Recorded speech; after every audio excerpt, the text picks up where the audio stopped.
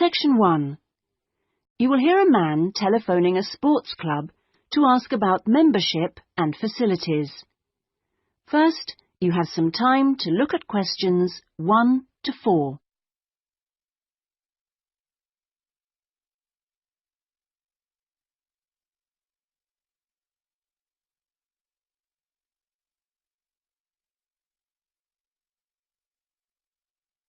You will see that there is an example that has been done for you.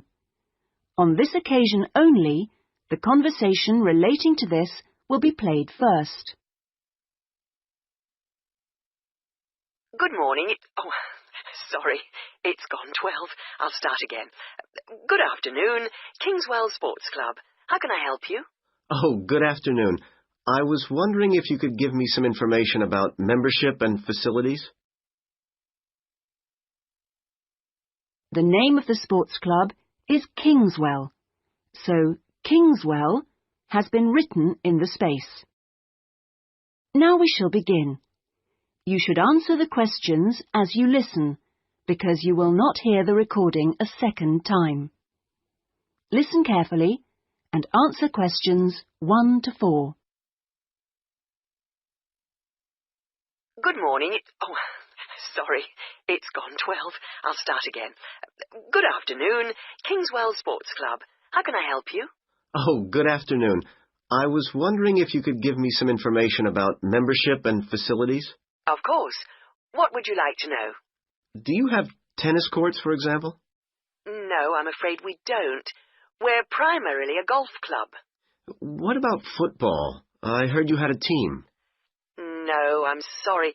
Perhaps you're thinking about Fresham Sports Centre. Oh, right. I know it. I've played badminton there. Have you? They've got a lot of facilities we don't have, and vice versa. We do have a Keep Fit studio, which is very popular with members, and then as well as that, there's swimming, of course. That's good. I like to swim every day. We have a range of classes, too. Do you have judo classes? I'm keen to learn. Well, at the moment, we offer kickboxing. We're planning to add judo and stretch classes soon. We're currently running a range of yoga classes, too. What about relaxing after exercise? I assume you have a restaurant or something? At the moment, we've got a salad bar, which is very popular. We'll also have a fully licensed restaurant by the end of the year. Sounds good. Before you hear the rest of the conversation, you have some time to look at questions 5 to 10.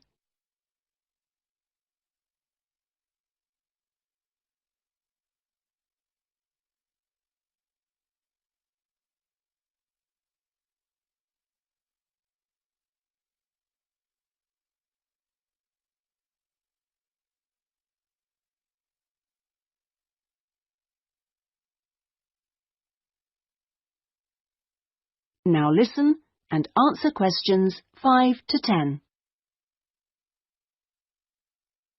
What kind of membership are you interested in? Not really sure. What are the options? Well, there are 3 different membership schemes. I see. What's the difference? Well, the first one's called Gold, and you can use all the facilities at any time of the day or week. You can also join in as many classes as you like for free. That sounds good. Is it very expensive? Well, you pay a £250 joining fee, and then it's £450. Oh, no, I'm sorry. It's just gone up by £50. Sorry about that. It's now £500 for the annual subscription fee. Right, got that. And what's the next type? Well, that's silver. It's the same as gold, except you have to pay a small fee of £1 per lesson for any you do, and you can only use the centre at certain times. I see. So when exactly?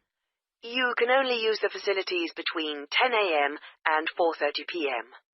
So I couldn't use the pool at 8 in the morning or evening then? That's right. Okay, and the price for that?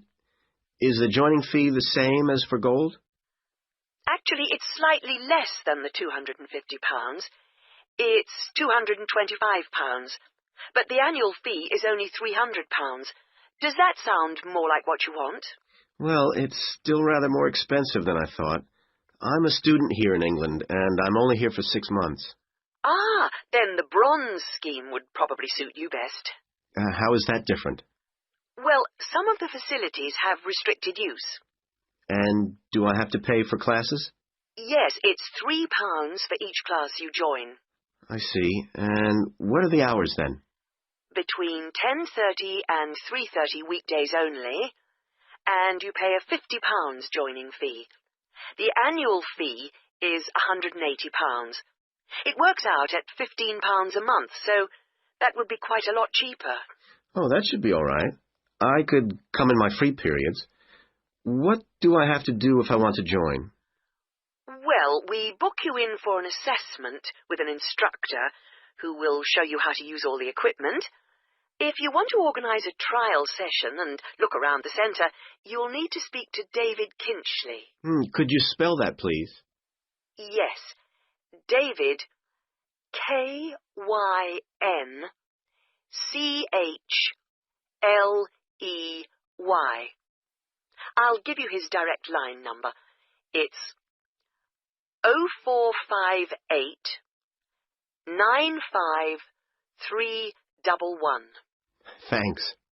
Thank you for calling Kingswell Sports Club. That is the end of section 1. You now have half a minute to check your answers.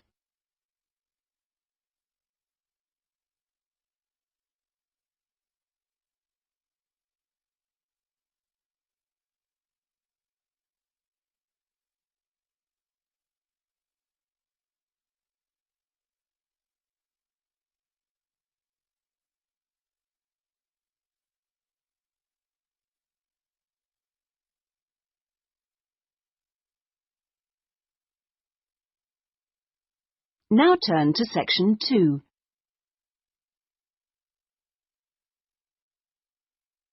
Section 2.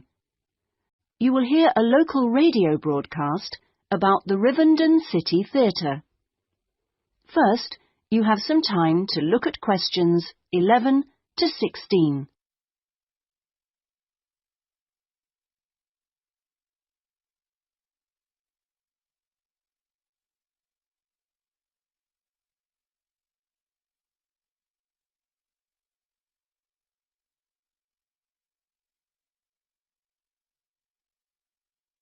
Now listen carefully and answer questions 11 to 16. And here on Radio Rivendell, we have Lynn Rawley, the Public Relations Officer of our own Rivendell City Theatre. Hello, Lynn. Hello. Now, the theatre is reopening soon after its 3-year redevelopment program, isn't it? That's right, and there are a lot of improvements. The first thing people will see when they go in is that the foyer has been repainted in the original green and gold. Then the box office has been reoriented with its own access from the side of the building instead of through the foyer, which means it can be open longer hours and has more space too. The shop that used to be in the foyer, which sold books and CDs, is the one part of the redevelopment which isn't yet complete. The plan is to find new premises for it near the theatre, and we've had difficulty finding somewhere suitable. We hope to reopen the shop in the next few months. Will audiences find any difference in the auditorium? Yes, we've increased the legroom between the rows. This means that there are now fewer seats, but we're sure audiences will be much happier. And we've installed air conditioning so it won't get so hot and stuffy. We already had a few seats which were suitable for wheelchair users, and now there are twice as many, which we hope will meet demand. Something else that will benefit audiences is the new lifts. The 2 we used to have were very small and slow. They've now gone, and we've got much more efficient ones. Anything for the performers? Yes, we've made a number of improvements backstage. The small, dark dressing rooms we used to have been converted into 2 large, airy rooms, so they're much more comfortable now. And the state-of-the-art electronic sound and lighting systems have been installed. Before you hear the rest of the talk, you have some time to look at questions 17 to 20.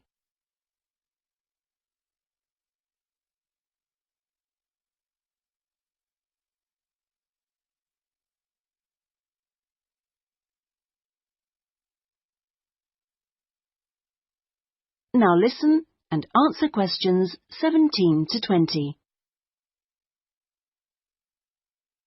Okay, so what's the first play that audiences can see when the theatre reopens? We've got a very exciting production of Peter Shaffer's Royal Hunt of the Sun, which is currently touring the country. That starts on October the 13th and runs till the 19th. We're experimenting a bit with the time the curtain goes up. We used to start all our performances at 7:30, but that made it difficult for people to go home by public transport. So instead, we're beginning at 7, because at 9:45, when it finishes, there are still buses running. Tickets are already selling fast. The Friday and Saturday performances sold out almost immediately, and in fact now there are only tickets for Monday and Thursday. How much are they? We've introduced a simpler price structure. Ticket prices used to range from £6 to £30, but now they're all £18. They're available from the box office, in person, by phone, fax or post, or online. Okay, Lynn, now if you'd like to give the contact details for the theatre so that our listeners... That is the end of section 2. You now have half a minute to check your answers.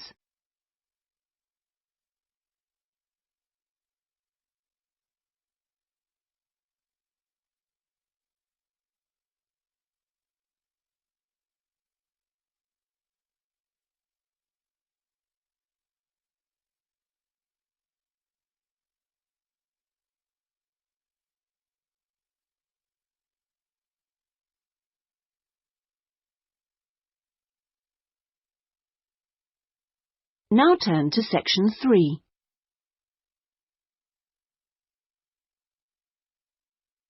Section 3. You will hear a man inquiring about college courses. First, you have some time to look at questions 21 to 25.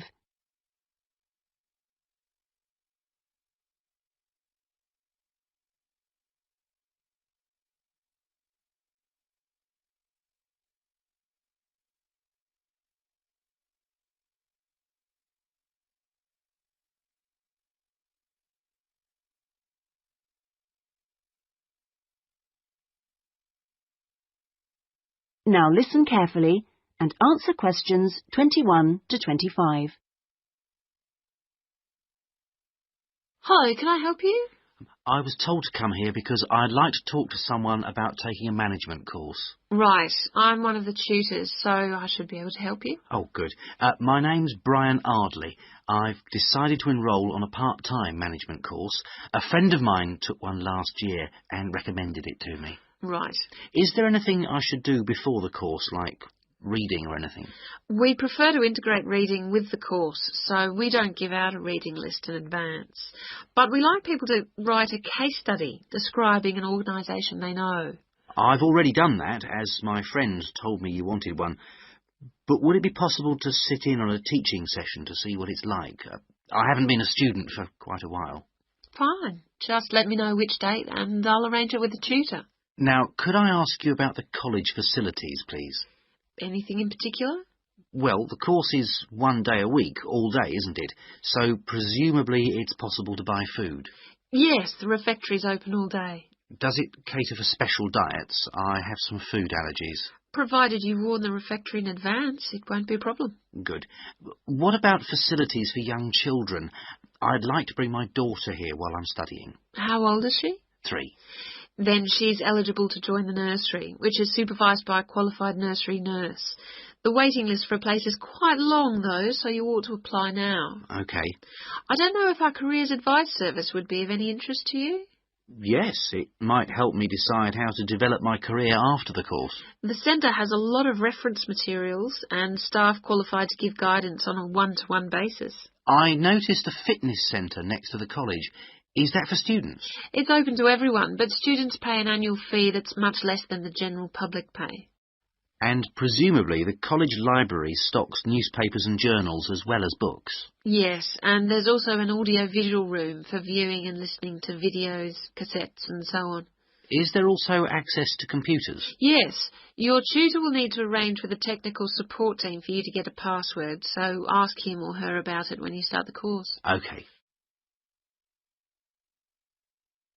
Before you hear the rest of the conversation, you have some time to look at questions 26 to 30.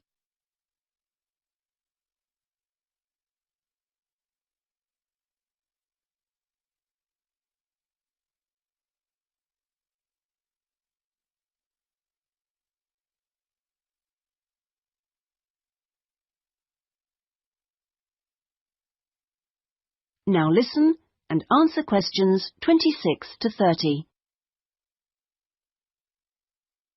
By the way, do you know about our business centre? No, what's that? It's a training resource, a collection of materials for people to study on their own or use in their own organisations. Uh-huh. You mean books and videos?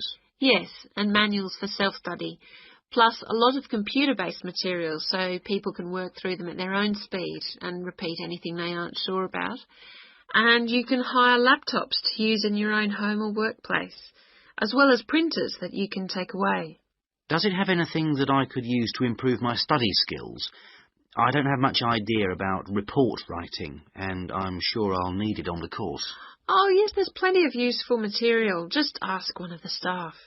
Does the centre cover all the main areas of business? Yes, topics like finance and, of course, marketing, that's a popular one. Local managers seem to queue up to borrow the videos. So it isn't just for students, then? No, it's for members only, but anyone can join. How much does it cost? £100 a year for a company and £50 for an individual, with no discount for students, I'm afraid. Well, that's very helpful.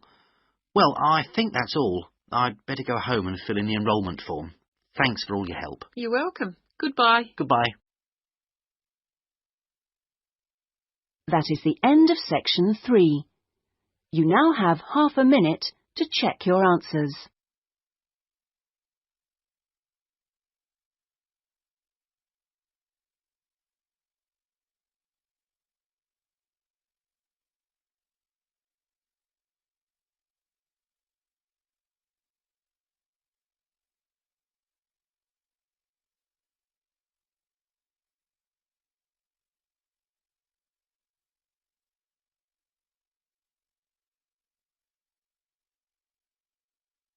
Now turn to section 4.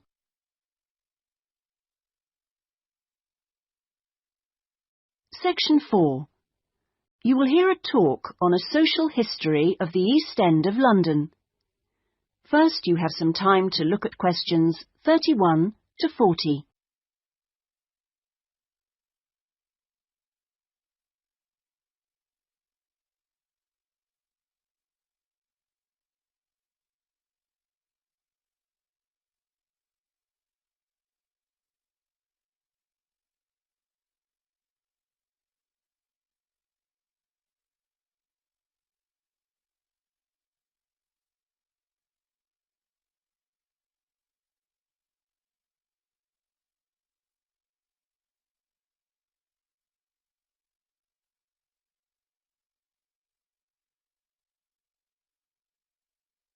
Now listen carefully and answer questions 31 to 40.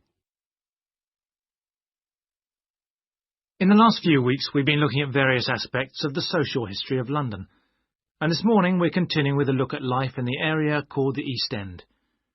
I'll start with a brief history of the district, and then focus on life in the first half of the 20th century.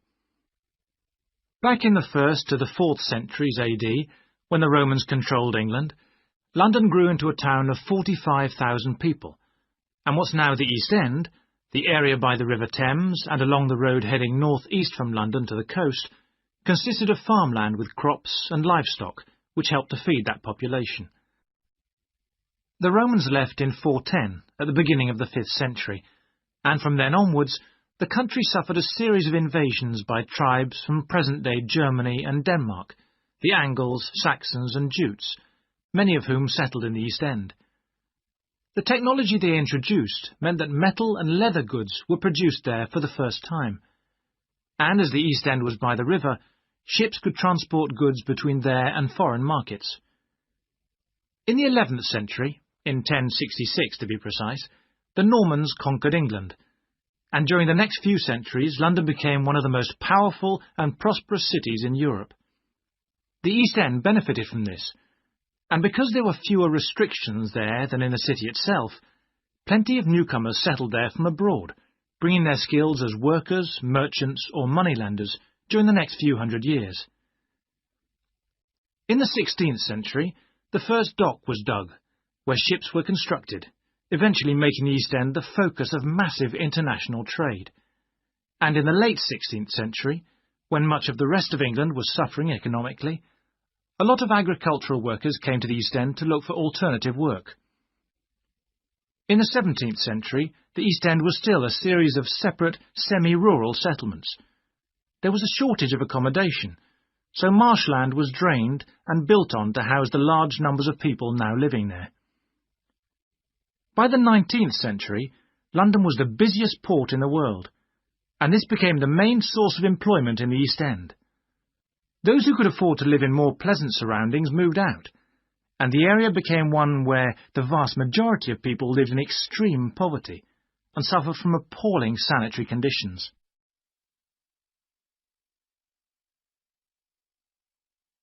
That brief outline takes us to the beginning of the 20th century, and now we'll turn to housing. At the beginning of the century, living conditions for the majority of working people in East London were very basic indeed. Houses were crowded closely together, and usually very badly built, because there was no regulation. But the poor and needy were attracted by the possibility of work, and they had to be housed. It was the availability rather than the condition of the housing that was the major concern for tenants and landlords alike. Few houses had electricity at this time, so other sources of power were used, like coal for the fires which heated perhaps just one room. Of course, the smoke from these contributed a great deal to the air pollution for which London used to be famous. A tiny, damp, unhealthy house like this might well be occupied by 2 full families, possibly including several children, grandparents, aunts and uncles. Now, before I go on to health implications of this way of life, I'll say something about food and nutrition. That is the end of section 4. You now have half a minute to check your answers.